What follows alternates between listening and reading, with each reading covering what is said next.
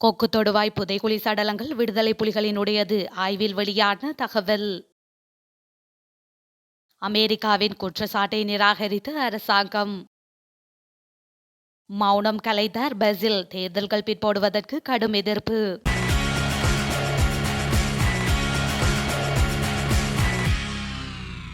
போரினால் அதிகம் பாதிக்கப்பட்ட வன்னியின் கொக்கு தொடுவாய் பகுதியில் 8 மாதங்களுக்கு முன்னர் கண்டுபிடிக்கப்பட்ட புதைகுழியிலிருந்து மீட்கப்பட்ட சடலங்கள் தமிழீழ விடுதலை புலிகளினுடையது என தெரிய வந்துள்ளது. கொக்கு தொடுவாய் புதைகுழியிலிருந்து எடுக்கப்பட்ட சடலங்கள் 1994 மற்றும் 1996 ஆண்டுகளுக்கு இடைப்பட்ட காலத்தில் புதைக்கப்பட்ட தமிழீழ விடுதலை புலிகள் அமைப்பின் உறுப்பினர்களுடையது என முல்லைத்தீவு நீதவான் நீதிமன்றில் கையளிக்கப்பட்ட இடைக்கால அறிக்கையில் தொல்லியல் துறை பேராசிரியர் ராஜ் சோமதேவ குறிப்பிட்டுள்ளார். பேராசிரியர் ராஜ் சோமதேவ நீதிமன்றில் கையளித்த குறித்த இடைக்கால அறிக்கை மொத்தமாக 35 பக்கங்களை கொண்டமைந்துள்ளது. பாதிக்கப்பட்டவர்கள் உயிரிழக்கும் முன்னர் துப்பாக்கி சண்டையை எதிர்கொள்ள வேண்டியிருந்ததாகவும் குறித்த இடைக்கால அறிக்கையில் சுட்டிக்காட்டப்பட்டுள்ளது. சடலங்கள் புதைக்கப்பட்ட சம்பவம் 1994 ஆண்டுக்கு முன்னர் இடம்பெறவில்லை என்பதோடு 1996க்கு பின்னர் இடம்பெறவில்லை எனவும் அறிக்கையில் குறிப்பிடப்பட்டுள்ளது. புதைகுழியிலிருந்து அகழ்ந்தெடுக்கப்பட்ட பொருட்களை வைத்து சடலங்கள் 1994 மற்றும் 1996ற்கு இடைப்பட்ட காலப்பகுதியில் புதைக்கப்பட்டிருக்கலாம் என தீர்மானிக்கப்பட்டுள்ளது எனவும் தொல்லியல் துறை பேராசிரியர் ராஜ் சோமதேவவின் இடைக்கால அறிக்கையில் குறிப்பிடப்பட்டுள்ளது. பிரதான தேர்தல்கள் இரண்டையும் பிற்போடுவதற்கு ஒருபோதும் இணங்கப் போவதில்லை என ஸ்ரீலங்கா பொதுஜன பெரமுனவின் ஸ்தாபகர் பசில் ராஜபக்ஷ தெரிவித்துள்ளார். கொழும்பு ஊடகம் ஒன்றுக்கு வழங்கிய விசேட நேர்காணலின் போதே அவர் இதனை கூறியுள்ளார். தற்போதைய அரசாங்கம் பொதுஜன பெரமுனவின் அரசாங்கமா என்பதில் தமக்கு சந்தேகம் உள்ளதாகவும் பசில் ராஜபக்ஷ குறிப்பிட்டுள்ளார். அத்துடன் அதிபர் தேர்தலுக்கு முன்னதாக பொது தேர்தலை நடத்த வேண்டும் எனவும் பசில் ராஜபக்ஷ வலியுறுத்தியுள்ளார். அதிபர் தேர்தலை நடத்தினால் வெற்றி பெறும் கட்சிக்கு எல்லையற்ற அதிகாரம் கிடைக்கும். அது சிறந்தது அல்லவென நான் நினைக்கின்றேன். எனவே அதிபர் தேர்தலுக்கு முன்னர் பொது தேர்தலை நடத்தினால் சீரான நாடாளுமன்றம் ஒன்று உருவாகும் என அவர் மேலும் தெரிவித்துள்ளார். வடபகுதியின் பல்வேறு அபிவிருத்தி நடவடிக்கைகள் மற்றும் பாதுகாப்பு நடவடிக்கைகளுக்காக பல மில்லியன் நிதியை வழங்க சீனா, இந்தியா மற்றும் ஜப்பான் ஆகிய நாடுகள் முன்வந்துள்ளதாக கடல் தொழில் அமைச்சர் டக்ளஸ் தேவானந்தா தெரிவித்துள்ளார். அத்துடன் கிடைக்கப்பெறும் சந்தர்ப்பங்களை சரியானதாக பயன்படுத்திக் கொள்வது அவசியம் எனவும் கூறியுள்ளார்.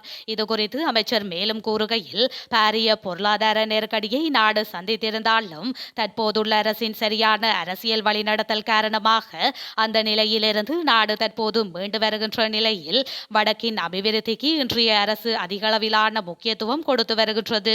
அதன் அடிப்படையில் வெளிநாடுகளுடன் நாம் குறித்த நாடுகளுடன் ஏற்படுத்திக் கொண்டுள்ள ராஜதந்திர நடவடிக்கைகளின் பயனாக வடக்கின் அபிவிருத்திக்காக சீனா 1500 மில்லியன் நிதியை வழங்க முன்வந்துள்ளது.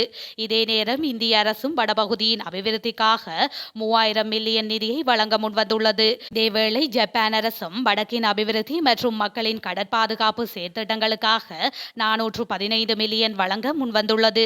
அந்த வகையில் கிடைக்கின்ற சந்தர்ப்பங்களை நாம் எமது மக்களுக்கானதாக சரியான வகையில் கொண்டு சென்று மக்களின் வாழ்வியலில் சிறப்பான மாற்றத்தை உருவாக்க வேண்டும் எனவும் தெரிவித்திருந்தமை குறிப்பிடத்தக்கது.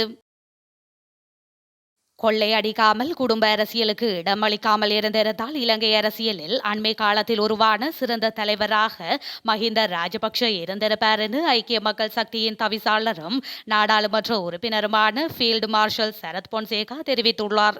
இணைய ஊடகம் ஒன்றுக்கு வழங்கிய நேர்காணலின் போதே அவர் மேற்கண்டவாறு கூறியுள்ளார். அவர் மேலும் தெரிவிக்கையில், மஹிந்த ராஜபக்ஷ எனக்கு பல கெடுதல்களை செய்தார். எனக்கு எதிராக கீழ்த்தரமான நடவடிக்கைகளை முன்னெடுத்தார். ஆனால் நாடாளுமன்றத்தில் என்று கண்டாலும் வணக்கம் சொல்லும் வளமை உள்ளது. ஒரு காலகட்டத்தில் அவர் எனது தலைவராக இருந்தார். அவரிடம் கீழ்த்தரமான பழக்கங்கள் இருப்பது போல் நல்ல பழக்கங்களும் உள்ளன.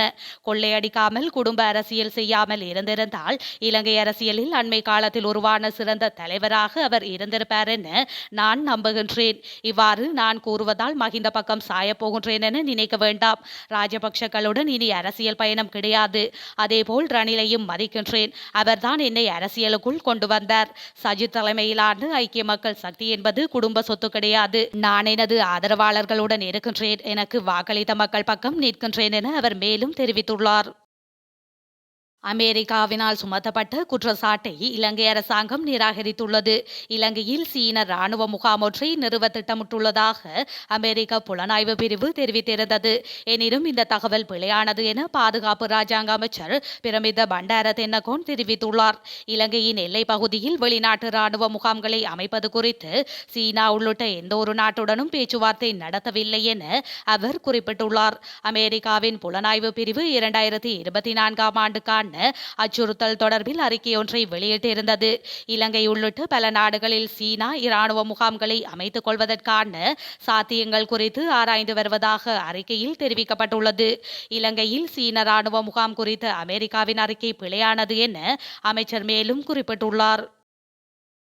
முன்னாள் அதிபர் கோட்டாபய ராஜபக்ஷவின் ஆட்சியை கவிழ்க்க அன்றைய அதிபரின் செயலாளர் பி ஜெயசுந்தரவே பிரதான சதிகாரர் என முன்னாள் அதிபரின் பிரத்யேக செயலாளர் சுகீஸ்வர பண்டார தெரிவித்துள்ளார். ஜெனரல் எகொடவெல கோட்டாபய ராஜபக்ஷவை யாரையும் சந்திக்க அனுமதிக்காமல் சிறையில் அடைத்ததாகவும் அவர் குற்றம் சுமத்தியுள்ளார். பாதுகாப்பு செயலாளர் கமல் குணரத்னவும் முன்னாள் ராணுவ தளபதி சவேந்திர சில்வாவும் நாடகமாடியதாக அவர் கூறுகின்றார். இணைய ஊடகம் ஒன்றில் இடம்பெற்ற கலந்துரையாடல் ஒன்றில் கலந்து கொண்டு கருத்து தெரிவிக்கும் போது அவர் இவ்வாறு தெரிவித்துள்ளார்.